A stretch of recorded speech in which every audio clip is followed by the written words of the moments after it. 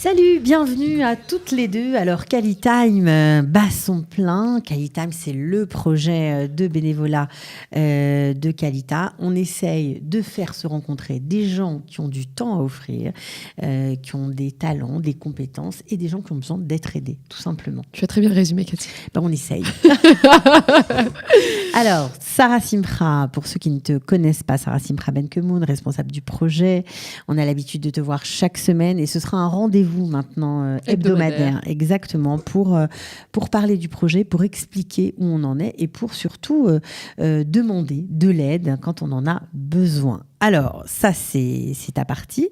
Et puis, tu nous as amené aujourd'hui, on va dire, une bénévole en chef, en tout cas une responsable de bénévole. Comment ça va ? Très bien. Alors, vous vous appelez Maria Vigane. Voilà, on vous avait déjà reçu dans Qualita parce que vous vous occupez d'un site très bien fait qui s'appelle Santé Israël. Et puis, vous travaillez aussi au Centre interculturel de Jérusalem. Juste un mot sur le Centre interculturel, qu'on comprenne ce que vous faites. Et après, on parlera de votre action et de votre nouveau projet pour les Olim, Bikour Olim. Oui, bonjour Cathy. Alors, donc, le Centre interculturel de Jérusalem, c'est une organisation non gouvernementale. Il faut parler plus près du micro, Oui, voilà. c'est une organisation non gouvernementale qui s'occupe de divers projets et entre autres d'un qui traite de la compétence culturelle et linguistique. Et dans ce cadre-là, moi, donc, j'ai fait un site internet qui s'appelle Santé Israël, qui est consacré à présenter le système de santé israélien aux francophones, à donner des informations, des conseils, des réponses aux questions aussi.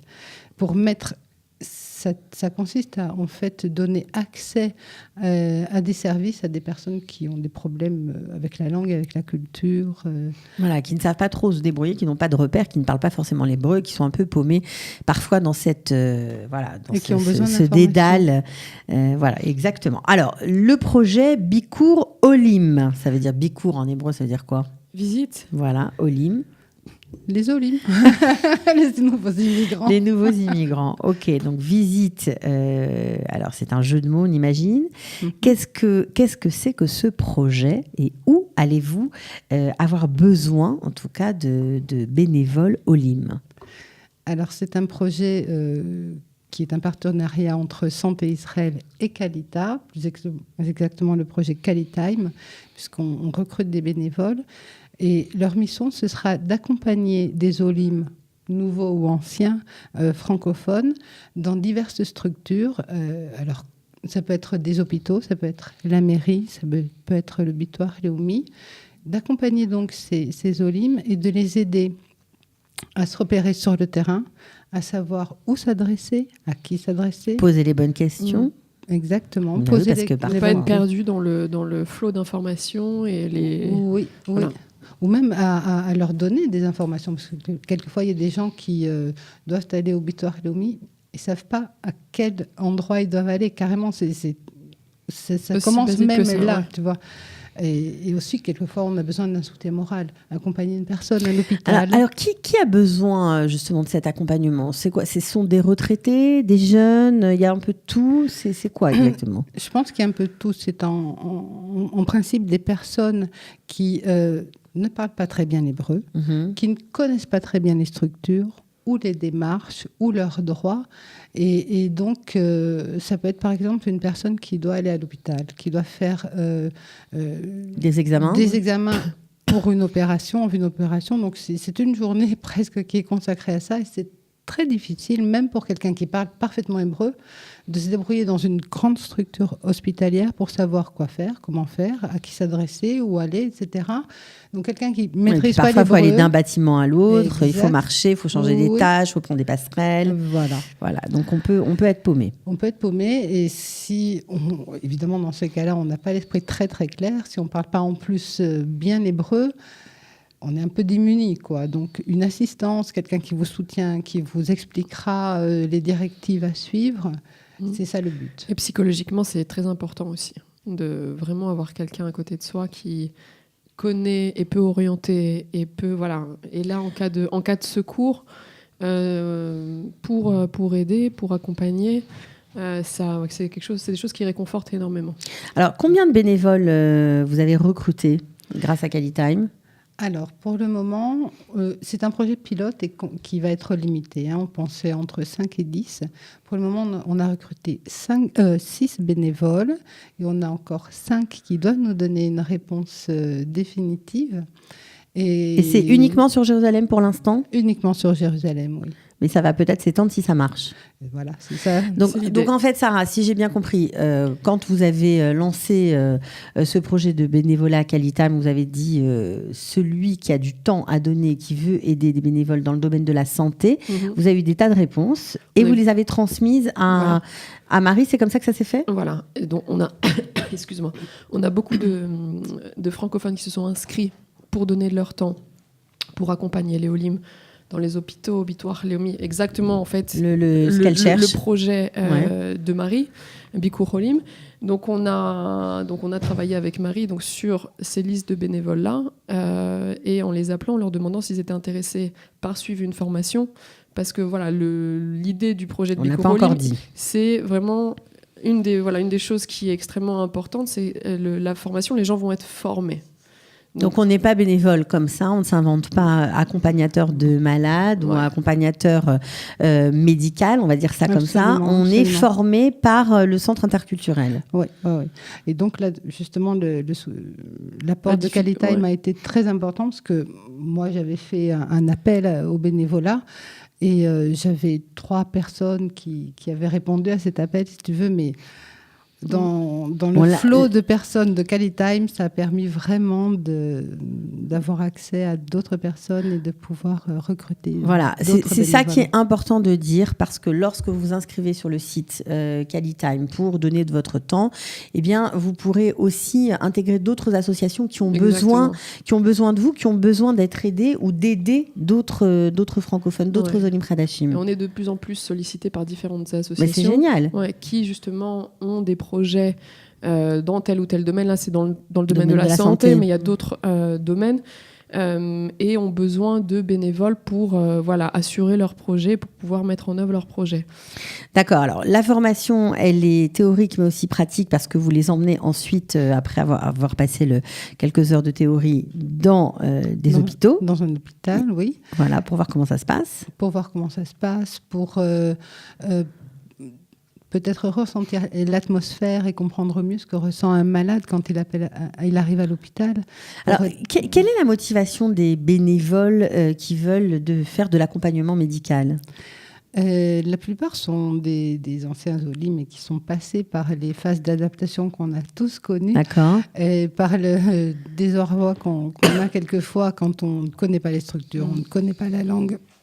Pardon. Et ce sont des gens qui ont du temps et qui ont de la volonté pour aider. Mais choisir le domaine médical, j'imagine qu'ils ont quand même une sensibilité particulière. Alors, quelquefois, ce sont des gens, par exemple, j'ai une jeune femme qui est une assistante sociale et qui est très très forte psychologiquement et qui a déjà accompagné des gens. J'ai d'autres personnes qui ont accompagné des membres de leur famille, tout simplement, et qui ont été malades. Oui, et qui se sont rendus compte sur place de ce que c'était pour les membres de leur famille d'être dans un hôpital, d'avoir des choses à affronter, des démarches, etc. Et de ne pas parler la langue. Et de ne pas parler la langue. Et donc, ils ont compris ça et ils veulent aider dans ce domaine. Alors, le projet que vous êtes en train de monter, donc Bikour Olim, a été inspiré d'un projet américain, enfin anglophone en tout cas. Anglophone, oui. On pourrait dire que ça a été inspiré ou que ça ressemble. Il y a une association qui s'appelle Shirapransky Project et qui propose donc un accompagnement aussi aux personnes, une aide, une défense de leurs droits, etc. Mais pour les anglophones. Pour les anglophones. Donc là, c'est bien parce que ça veut dire que chez les francophones, ça bouge enfin. Oui. Ouais. On s'inspire beaucoup de... C'est vrai qu'ils sont très actifs, très dynamiques dans énormément de domaines.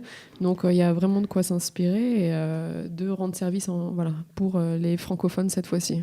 Ouais. Ok, alors on a parlé aussi, Marie, de services de traduction au sein des Koupot Olim. Il y a beaucoup de choses qui sont faites pour aller vers ceux qui sont, on va dire, qui ne sont pas hébraïsants, mais disons qui ont vraiment des problèmes de langue. Ça a été, c'était un point qui remontait et on a l'impression que les services de santé publique ont pris conscience qu'on ne pouvait pas être bien soigné en Israël si on ne maîtrisait pas la langue et qu'il y avait toute une partie de la population qui était pas laissée pour compte, mais disons pas soignés comme ils devraient à cause de ces problèmes-là. Est-ce que c'est vraiment aujourd'hui quelque chose de concret ? Est-ce que les services de traduction fonctionnent dans les Coupotrolim ? Oui, ça fonctionne. C'est un service qui a été mis en place donc il y a à peu près 2 ans par le ministère de la Santé en ajoutant chaque fois des langues. Ça se passe pour l'amharique, le russe, l'arabe, le français, l'anglais.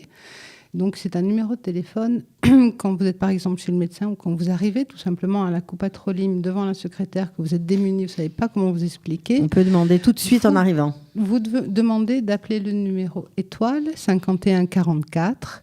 Et on répète, étoile 5144. Voilà. Ok. C'est donc soit le médecin, soit la secrétaire de la Coupotrolim qui va faire le numéro, qui va demander un traducteur dans la langue choisie. Et vous pouvez choisir d'avoir un homme ou une femme, selon le cas, selon votre sensibilité. Et ce sont des gens qui ont été formés, qui sont tenus au secret, évidemment. Et ça marche. Moi, je les ai contactés de temps en temps pour savoir à quel point il y avait de l'activité. Et il y a de l'activité, il y a de la demande. Mais c'est vrai qu'il faut faire connaître encore plus cela. Maintenant, ça nous fait penser au problème de la traduction et de la limite de la traduction. De la traduction dans le rôle de l'accompagnateur. Ça, c'est une chose qu'on va débattre avec eux et on va les former à savoir quelles sont les limites de leur rôle, jusqu'à où ils peuvent prendre en charge une personne. Et ça, c'est très important. Aussi, on imagine, bien sûr. Ouais. Bon, en tout cas, toutes ces avancées, on va dire, parce que la traduction, le service de traduction, c'est quand même relativement nouveau. Ouais. Y a des contrôles du ministère d'Abrioud, du ministère de la Santé ? Oui. De temps en temps, il y a des méfacrim, des contrôleurs qui arrivent comme ça, qui font des visites inopinées dans les Coupotrolim. Pour voir si ça fonctionne. Et qui demandent... pour voir si ça fonctionne et pour voir que chaque secrétaire a à sa disposition le numéro de téléphone à portée de main et sait quand l'utiliser. Bon, alors, est-ce que vous cherchez encore des bénévoles, Marie-Aviade ? Oui, plus on est... De fou, plus l'on rime, oui. C'est ça ? Bon. Alors, oui. On peut vous contacter ? Oui, alors on peut nous contacter soit sur le site Santé Israël, sur la page de contact, ou soit par mail directement, c'est santé@santé.org.il, ou en m'appelant au 054 7 520 220. Voilà, on a les coordonnées qui s'affichent à l'image. Ou aussi par Qualitime. Hein. Bien sûr. Bien évidemment, sûr. Bon, chaque personne, time@qualita.org.il. Les gens peuvent nous contacter directement aussi pour s'ils sont intéressés. Oui, c'est ça qu'il faut comprendre, que Qualitam, en fait, vous dispatchez tous les bénévoles qui arrivent. Après, vous les dispatchez en fonction des besoins des associations, des besoins personnels de certaines de gens, tout simplement. Il y a plusieurs types de bénévoles. Il y en a qui vont préférer être, on va dire, indépendants, c'est-à-dire les Olim les appellent directement, etc. et ils vont se gérer directement avec les Olim. Et il y en a qui préfèrent être dans une structure comme ce que propose Marie avec Bikur Olim, où ils vont être beaucoup plus encadrés, formés. Voilà, ils rentrent réellement dans un programme. Donc ça dépend de ce que veulent les bénévoles. Alors, Sarah, chaque semaine, on fait un petit point sur les besoins, parce que vous gérez ce gros projet, il faut le dire. Il y a beaucoup de gens, beaucoup d'annonces, beaucoup de demandes, mais il y a aussi... c'est compliqué toujours de fournir un bénévole en fonction d'une situation très spécifique.